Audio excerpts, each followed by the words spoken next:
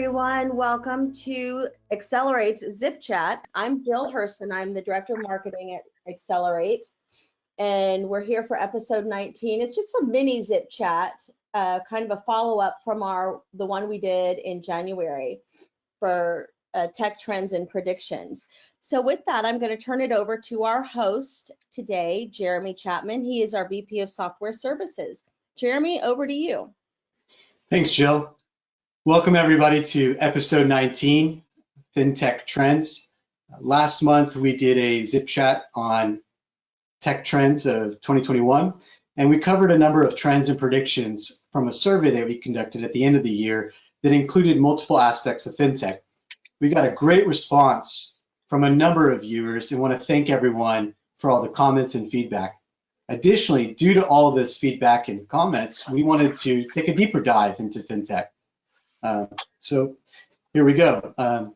Jeremy Chapman, VP Software Services with Accelerate. I have a passion for fintech, all the numerous items included in fintech, and so I'm happy to host this session. The general aspects of this webinar are that it's a panel discussion, and it's truly a discussion. So if you enjoy these sessions and want to help out and get involved, please let us know. With that, I'd like to introduce our panelists today. Jim Sloan, go ahead. Hi, everybody. Yeah, I'm Jim Sloan. I'm Accelerate CIO, and I also head up our financial services vertical. So pleased to be talking with everyone today. Thanks, Jim. And Jamie? Jamie Farmer, former Chief Commercial Officer and Head of Capital Markets for S&P Dow Jones Indices, currently on garden leave, and I've got 30+ years of experience in trading, market structure, exchanges, and indexing. Lots to be had there. So with that, we're going to go ahead and jump in. The topics we'll be covering today are blockchain, AI, machine learning language, digital banking, investment portfolio customization, and direct indexing. You know, blockchain has been a very hot topic for the last few years, and you've seen a number of firms get involved, and you're now starting to see family offices and funds and such get even more involved with regards to centralized exchanges, KYC, DeFi, and such, and even some NFTs. So Jim, I'd love for you to share some of the recent findings and trends that you're seeing in regards to blockchain. Yeah, sure, Jeremy, thanks. So I guess the first point is that, you know, the primary attributes of blockchain really continue to make it a very, very disruptive technology, right? We know that banks and financial services firms have really traditionally been more centralized and governed by the banks themselves or by government regulators. And since blockchain, or distributed ledger technology, DLT, as we know it, by definition is distributed, and it's transparent, albeit, you know, encrypted for security, and governed by consensus, it really makes it a completely it just makes it very disruptive to the way that banks and financial services firms are used to doing business. So we continue to see 2022 is making fintech making a lot of headway around blockchain and adopting it for additional solutions beyond just traditional cryptocurrency. But why don't we talk about some cryptocurrency examples? Maybe Jamie can offer some cryptocurrency examples. Sure. So again, and I'll come at this from the perspective of having worked for a large index provider and data analytic provider, and what we see in terms of adoption of both cryptocurrency as an investment vehicle, but also some of the underlying technology in other areas. So, Jim, to your point, from an investment vehicle perspective, obviously there is the ability to transact in the physical coins themselves, physical coins. I won't touch on that per se, but those have the availability of Bitcoin, Ether, has started to permeate into other investment vehicles that gain access to those underlying digital currencies, but don't necessarily hold them explicitly. So examples, one of the first areas where you really started to see derivative-based product or fund-based products was in the future space. So both the Chicago Mercantile Exchange, the CBOE Group, They all have a futures-based product. Cboe was first to market. CME has a slightly more robust platform, but Cboe is rebooting theirs. So futures have become a fairly active vehicle, both for institutions and retail traders. There have been a number of attempts to bring ETFs, exchange traded funds, to market based upon cryptocurrencies. Thus far, there hasn't been an explicitly US listed product that holds the underlying coin. There have been attempts. One of the most recent attempts now is the conversion of Grayscale, which has a very large trust that invests in multiple cryptocurrencies, to convert that trust into ETFs. And that's hotly anticipated. People are looking for that, but there's other providers in that space as well. There are structured retail products issued by banks that access both currencies, futures-based indices, as well as thematic equity indices dealing with cryptocurrency, distributed ledger technology, and other organizations dealing in that space. But to Jim's point, we're very much on the cusp of seeing these permeate more traditional avenues in investment vehicles, but gain access and exposure to one or more cryptocurrencies. That's an interesting point. There's so much coming up in that market, in that space, not only with Grayscale and Pantera, but also you're looking at the DAOs and the DeFi, such as Wonderland and others that are creating these funds, some of which I'm into and follow very closely, but it's an interesting space. And a lot of them are focusing a lot on artificial intelligence and building in machine learning into crypto as well. So we all know AI and ML and how much of a trend it's been in the last few years and how it continues to further disrupt and multiple industries. With that being said, Jim, how have you seen AI and ML evolve in fintech specifically? Mm-hmm. Yeah, let me just reverse back for one second, Jeremy, just because we talked about some blockchain implementations for digital assets, right? But fintech also promises that blockchain is going to go well beyond, the implementation is going to go well beyond crypto, right? It's going to include use cases like streaming infrastructure, increasing security, reducing fraud, fostering transparency, and really just increasing the processing speed of financial transactions in general, like settling and clearing funds. Example that we discussed last time, Jeremy, was the use of blockchain beyond crypto, like HSBC and Wells Fargo. They're now using blockchain to settle foreign exchange rates, right? So it's going to go, well beyond, and we've already seen fairly significant penetration beyond just crypto. But to your point around AI ML, yes, very hot topic, very hot trend in 2022, has been, we'll continue to see it. And financial services has been early adopters, the onset, probably one of the segments, market segments that jumped in very early on AI ML. And, initially, I think for more mundane tasks, more rudimentary tasks like task automation itself, right? Or, risk assessment, fraud protection. But IDC is now predicting that the financial services is going to be like second only to retail in terms of spending on AI between the years 2021 and 2025. So that 4-year span, we're going to see, really financial service kind of start to compete with retail, for that first place in investing in this type of technology.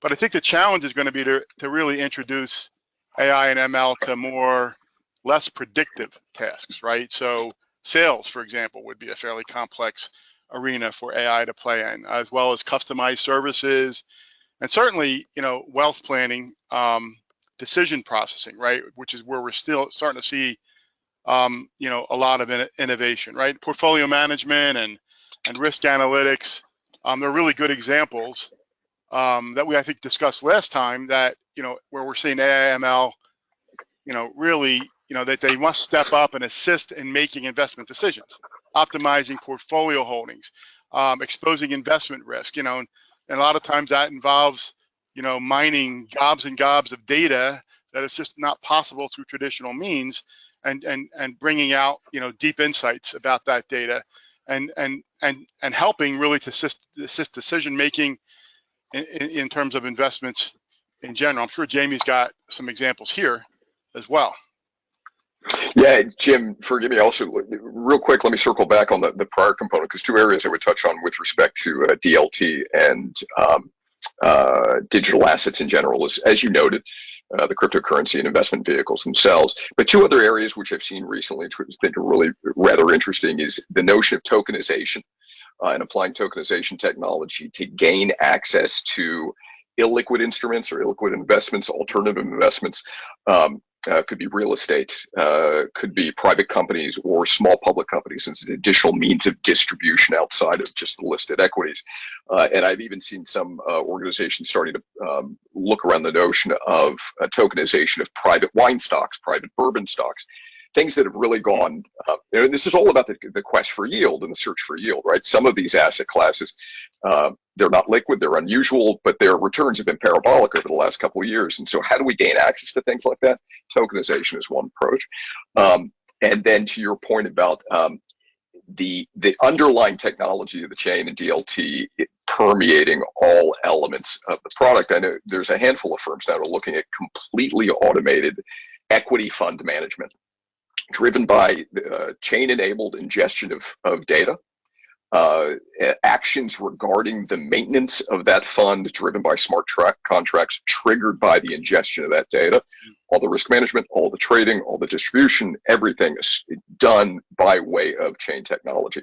Now that's easily applied to things like an index fund, perhaps less so to certain active funds. But again, to your point, widely adopted. Jumping back, machine learning, artificial intelligence. Yeah, so for an index firm, for data firms, it's a really fantastic leapfrogging technology. The areas that we've seen it really applied significantly lately are in investment management. There's always this quest for alpha, right? The outperformance over and above a benchmark. So how do you find alpha? You have to identify patterns, opportunities within what are more and more becoming very large unstructured data sets, and machine learning, artificial intelligence really helps with that application. And so, we've got enormous data sets that people are pouring through in terms of geospatial data, retail sales, public information, web-based, social media sentiment. All of that tends to be a little bit more unstructured. So attracting or applying AI technologies have been beneficial there. We've seen AI and ML help to create more nuanced company classifications. It's one thing to say a company is involved in the tech sector, in the financial services or energy, but we all know those distinctions are blurring rather significantly.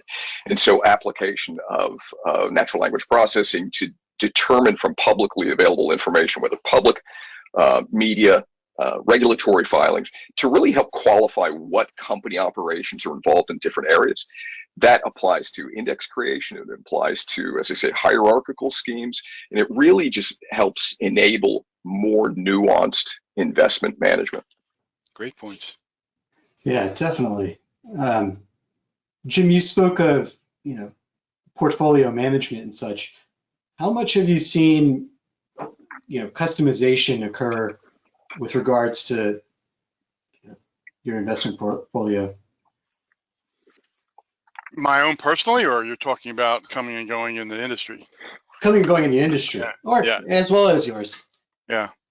Well, I think we know that, customization and mass customization, I guess we should probably step back and just kind of define what we mean by mass customization to begin with, right? So, we're talking about the process of delivering, market goods and services, that are modified to satisfy a specific customer's need, right? So we're talking about the delivery of personalized or bespoke products and services. So, in obviously in financial services, financial advisors might want to customize their portfolio holdings to match their unique investment risk tolerances, for example, right?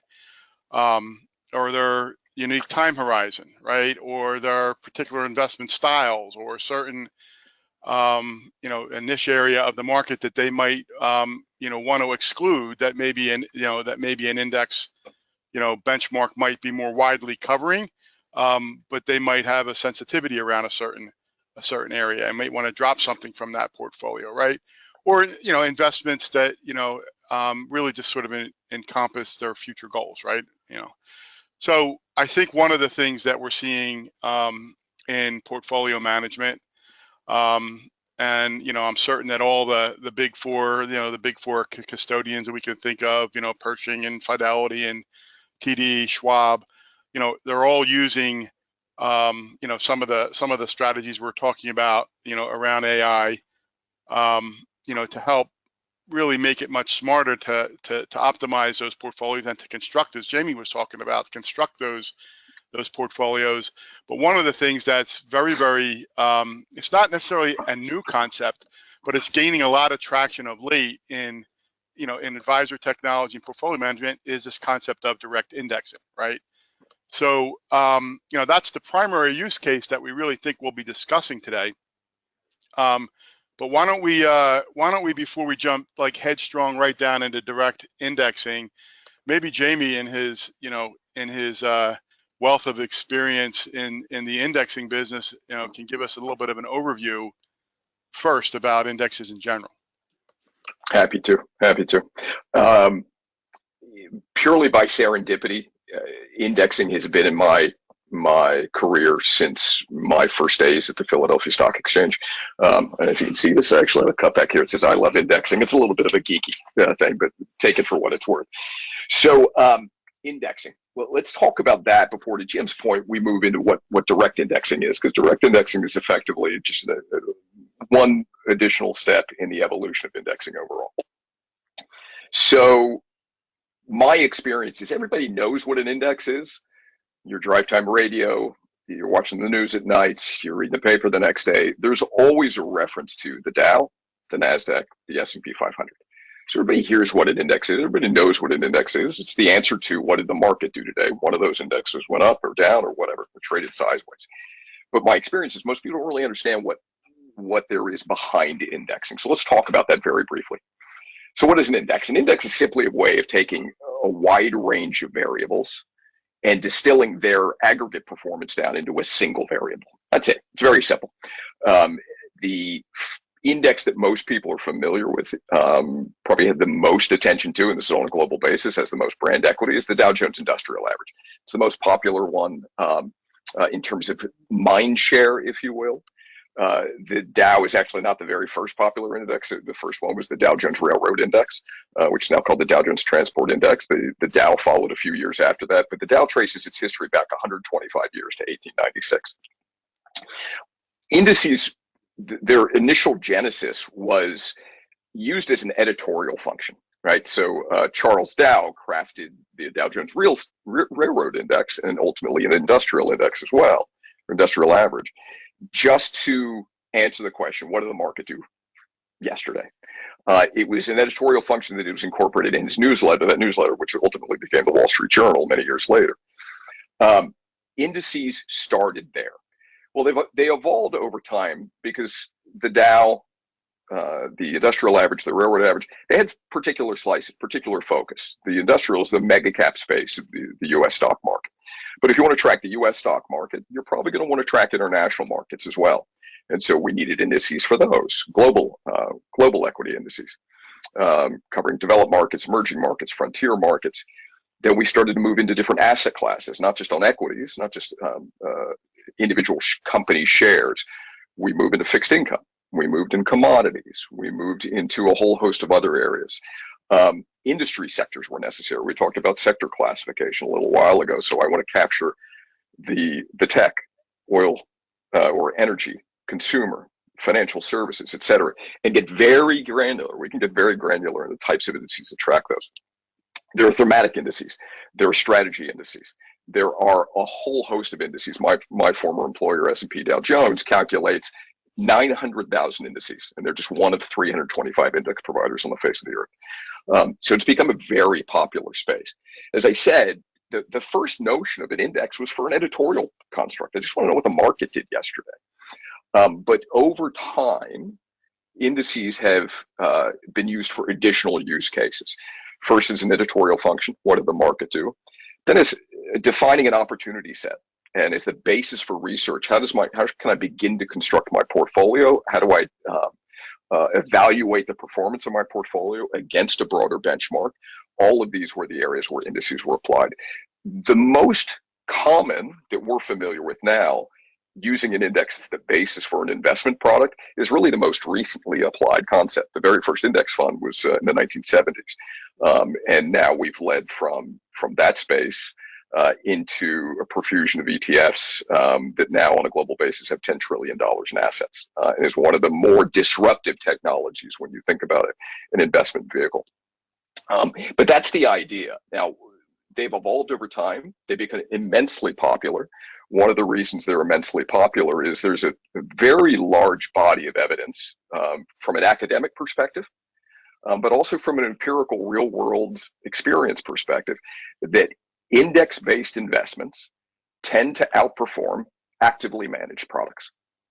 Most managers underperform the benchmark that they're trying to beat. And so that realization, that real-world consideration has led to, as I said, a huge surge in ETF and related passive investment vehicle assets over the last couple of years. If anybody's interested in the underlying empirical research, how did we get to this space? There's a huge number of incredibly influential academic pieces. But I wrote a piece a couple of years ago. If you want to Google it, it's easy to find. It's called The Passive Canon. Canon with one N in the middle, meaning the seminal works. The Passive Canon speaks to all of the underlying information and research and academic study that lays the foundation for why indices should outperform and in fact do. So that's the evolution, that's the backstory for indexing. And as Jim said, that's a great foundation to understand where we go into the current mass customization concept. And so Jim, I'll turn it back to you. Yeah, sure. Well, actually, I mean, Jamie, you're on a great roll, and I could do this, but I think you're the expert in this arena. Why don't you give us a good definition of what direct indexing actually is? Sure. So we talked about ETFs. An ETF is just a publicly traded fund that gathers all of the components within a particular index, and it's available to trade throughout the day. An ETF is just an exchange-traded mutual fund. There is a wealth of them available. There's 10 trillion assets. They're very liquidly traded. But for certain people, that an ETF, even though there's a wide variety of choice, it may be a blunt instrument. And so as we've evolved the investment management space, this concept of quote unquote direct indexing is gaining more purchase. As Jim said, it's not brand new. Direct indexing is a means of gaining access to the underlying portfolio you're trying to construct directly. You directly own the individual securities, and it's usually managed in what's called an SMA, a separately managed account. Mm-hmm. So any one of us, any one of you can get an SMA that directly buys the securities that you're interested in, as opposed to buying a share in another product or another ETF or another fund. That's the direct idea. So why is it interesting? Well, direct indexing is really, as I said, become the latest step in the evolution of tailoring and customizing the exposure that an individual investor is really trying to gain access to. It was historically the purview of very large institutional investors, sovereign wealth fund, pension plans, and the like. As Jim noted, that type of availability has been readily accessible to major investors and high net worth investors. But what we're seeing is a downstream interest in bringing that type of disruptive technology to smaller investors. Interesting. And so how does this, what about the fees associated with that? I mean, I know that there's been quite a bunch of activity, M&A activity. For example, BlackRock bought Aperio and Morgan Stanley bought Parametric. What does this tell us about what's to come with regards to fees and direct indexing? Yeah, it's a good question, Jeremy. So you note that there have been some large M&A activities, BlackRock buying Aperio, Morgan Stanley buying Parametric, and there's a couple of drivers behind why this is going in this direction. And Jim, do you want to should we jump into kind of like the underlying enablers? Would that be interesting as Yeah. part of that? Okay, Yeah, no, great. super. Yeah, let's get into some of the the attributes and drivers. That'd be great. Beautiful, beautiful. So, Jeremy, you note that M&A activity, and so why are firms getting more active in this space? Well, there's a couple of enablers, a couple of drivers behind that uptick. First of all, it's this increasing desire to really tailor the exposure that we as investors are interested in. So because it's direct indexing, at the heart of it, you have to accept that indexing as an investment concept is beneficial. That is pretty much accepted case law, and so having that as a foundation helps advance us. What else is changing in the industry? Well, a focus away from transaction-based revenue models for many of the product providers and advisors, investment managers, and the like, getting away from explicitly transaction-based to more fee-based. Mhm. So providers have to evolve their models a little bit, bring more components to the value proposition. This type of access helps in that. The ability to have fractional shares, the availability of incredibly inexpensive trading now, in many cases $0 commissions, has driven this. And then overall, sort of the technology, and I mean technology writ large, not explicitly technology, but fractional shares, low-cost transactions, the execution technology that really allows for very rapid execution of large portfolios, as well as, and this is really, I think, what is so interesting behind it, a lot of this is driven, and Jim alluded to it, a lot of this is driven by the availability of much more robust, granular data sets to drive that portfolio construction idea. And those data sets could be values-based, they could be around the concept of ESG, they could be faith-based. The application of starting with a core index, but then amplifying or attenuating exposures based upon your your individual tax obligations, what your values are, what your other concentrations may be. You know, so some people may need to want to get main market exposure or large cap exposure, but they may have embedded stock in their 401k, for example. Well, they don't want to double down on that. They need to back that out somehow. Otherwise, they're over amplifying that exposure. So direct indexing allows an individual to have a high net worth individual to have a portfolio constructed for them that touches on tax optimization, minimizes certain risks, that aligns to their values, to really bring that specific solution to them. Yeah, that's a great summary in terms of drivers, Jamie. You know, tax optimization, I think, is huge. You know, tax loss harvesting. Offsetting some of those higher investment fees, right? So that makes it appealing as well, right? So you're kind of getting an offset, of the costs involved, and value alignment is huge, right? You mentioned, ESG or environmentally social governance or socially responsible investing, SRI. Really, that's kind of touching on something I was sort of alluding to earlier, where you might not want, say, tobacco, right? In your portfolio, and I know, obviously, most of the large index providers, and I know Dow, it's true for S&P Dow Jones indices, have, a very, large swath of sort of Islamic, based indices that kind of eliminate those components, based on their particular faith.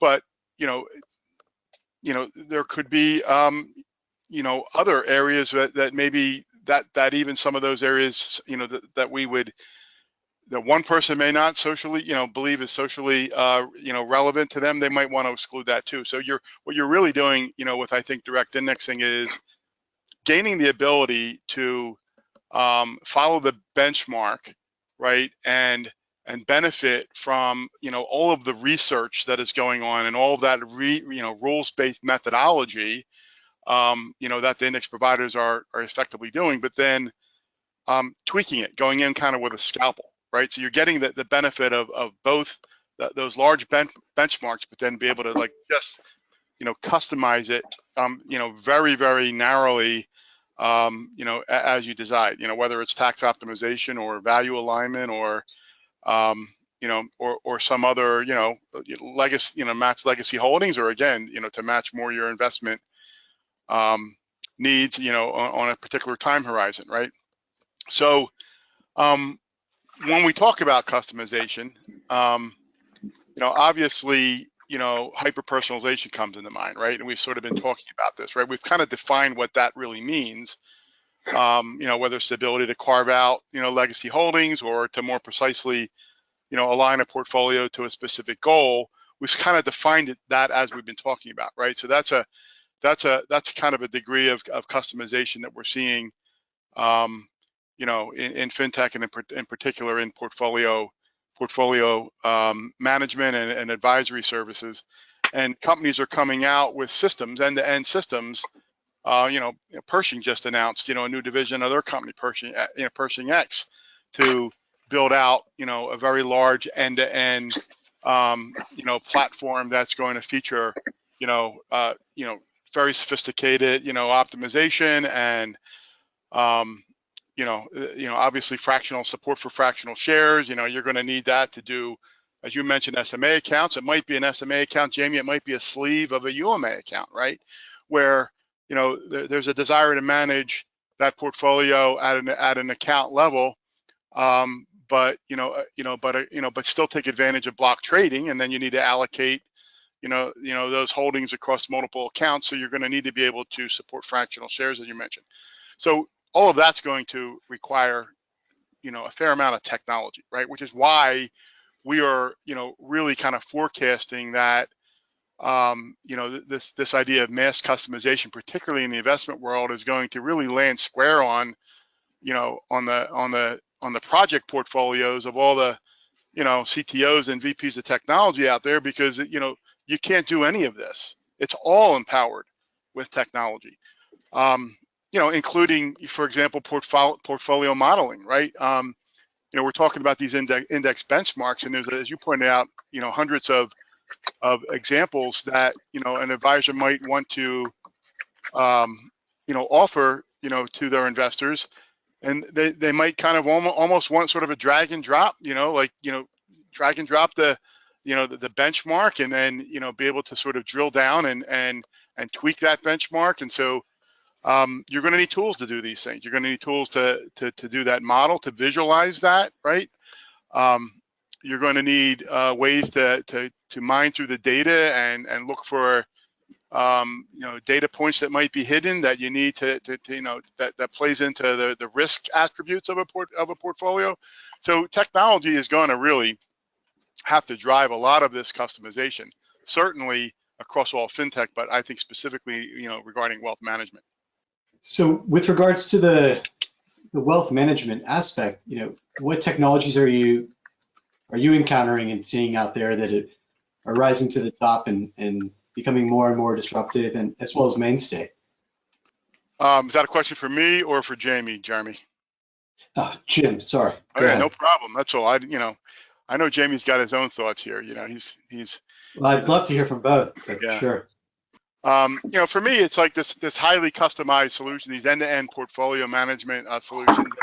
I mentioned Pershing as one example. I mean, obviously with the recent acquisition, the $22 billion acquisition that Schwab just made of TD, you're talking about, really the preservation of the best of breed of technologies. Like, Schwab's already come out and said that they're going to continue to include iRebow as part of their rebalancing portfolio. So it's very, very clear that that there's going to be technologies needed to model portfolios, to construct them, to maintain them, to keep them aligned to someone's risk portfolio, to model against benchmarks. All that's going to require a fair amount of technology, including automated trading, right? Probably at with very tailored or bespoke trade rules, right? Where we're talking now about possibly algo trading and rules-based trading and bringing AI. We've talked about AI, bringing some of that into. Now you're going to combine, a very rules-based algo, methodology, and you're going to apply AI to that, right? And, kind of maybe figure out and make some trade recommendations. Once you understand a customized, once you understand the goals of a given investor, that they might want to match an index, but they might want to, put a little bit more, 10% more or less in a particular industry. Now you're going to want to use AI, right, to help,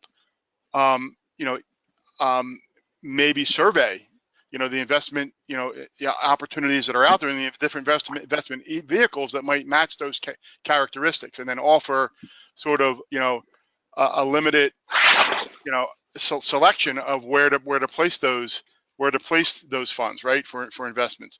We're talking, you think about rapid testing of a portfolio against large data sets, right? So, it's very difficult, I think, to do, certainly there are some advisory firms out there, smaller ones, I'd imagine, that are still balancing and rebalancing portfolios in spreadsheets. But, to really, in order to offer sort of this bespoke, these bespoke offerings, investors aren't going to want to sit around for,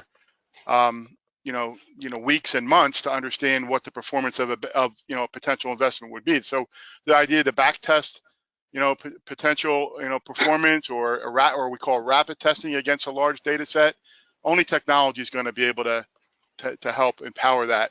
Another area that I think, we think about different scenarios and scenario analysis tools, if you will, that sort of stress someone's portfolio. So you can just think of like a geopolitical event happening right now. Like, I'll use a, very recent example, the potential, Russian invasion of Ukraine, right? May or may not happen. What's that doing to the market in general? And what might that do to my portfolio, right? And so you kind of want tools that not only examine, performance historically, and to sort of come up with insights that sort of come out of that historical analysis, but you also might want, kind of a what if analysis tool, right? Where you might be able to stress a portfolio and hypothetically, understand what might happen to that portfolio based on certain market conditions, right? What happens to the risk characters? Become more risky?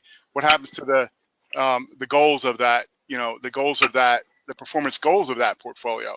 Because again, you can have, a very, very, very high performing, portfolio, almost unexpected based on a market event, and you might be kind of comfortable that, okay, I'm in the right direction. This is, I'm beating, I'm beating the, this S&P DGI index or this Russell index in this area. But what happened to my risk profile, right? And to get to that underlying data, and understand the risk, that my risk may have moved more, from a more conservative approach that I've taken, and I have a much higher beta, right, than I, and how do you find that out, right? And to have these tools, readily available that can basically drill out those insights quickly over lots and lots of data. There's going to be a need for technology to step up and build these types of tools. So there are a couple examples. Jamie, you might have some thoughts. Yeah, I just give you a data point that sort of supports what you're talking about there, Jim. So again, when you think about just the overall evolution, certainly within direct indexing, but the overall evolution of investment management over the last couple of years, one of the biggest areas for growth is in ESG. ESG, for those of you that don't know, stands for environmental, social, and governance. That is the current nomenclature to what began, Jim used the term a while ago, to SRI, socially responsible investing. Something that's more values based. That's evolved to really this nomenclature of ESG. And ESG, the discussion around ESG has been, it's not explicitly values based anymore, though there's certainly an element of the community that is investing in ESG principles, or by virtue of ESG principles, for a values-based concept. But there is also the belief that there are explicit material financial risks that are highlighted by virtue of ESG criteria. So again, it's evolved. It's not just SRI. It's not just, I like these concepts. I feel good about investing in these concepts. It is the idea of how do I avoid, how do I characterize, how do I quantify, how do I minimize specific material risks related to a company's climate activities, how they're governed, what they engage with their internal stakeholders and external stakeholders, be it customers, society as a whole, etc. With that as preface, right now I've seen estimates there are as many as 600 ESG data providers. Now that's a big spectrum. You know, there are major firms like my prior employer, S&P Global, MSCI, Sustainalytics, which is owned by Morningstar. But there are 600 potential, according to one count I've seen. That's a massive amount of data. Each one of them may focus on a particular sleeve of E, S, or G. Maybe they're explicitly focused on climate or gender equity or whatever it may be. But all of those have data behind them. All of those have quantifiable statistics behind them to identify the risks embedded in companies or entities or fixed income issuance or whatever it may be. To Jim's point, there's no way a human is going to look through all those. And many end investors, large investors, investment managers are using a mosaic of multiple sources. So they've got to craft this amalgamation of multiple sources, apply it to their own portfolio construction, risk management, and decision making. And to Jim's point, the only way that's going to be accomplished is through technology. Timing is critical, and I'm sure there's got to be ways to do this so that the data is there for us in a visualized manner to make quick, actionable decisions. Thank you both, gentlemen, for that. I want to thank everyone for their time and remind everyone that there will be a link to this Zip Chat recording tomorrow, plus a link to download the Trends and Predictions ebook. I appreciate both James and Jamie attending and providing their input. Thank you so much, and look forward to future events and future Zip Chats with y'all. Look out for our email that will be coming out for the next Zip Chat in the coming weeks. Thank you. It's been a real pleasure, Jamie. Many thanks. Take care, all.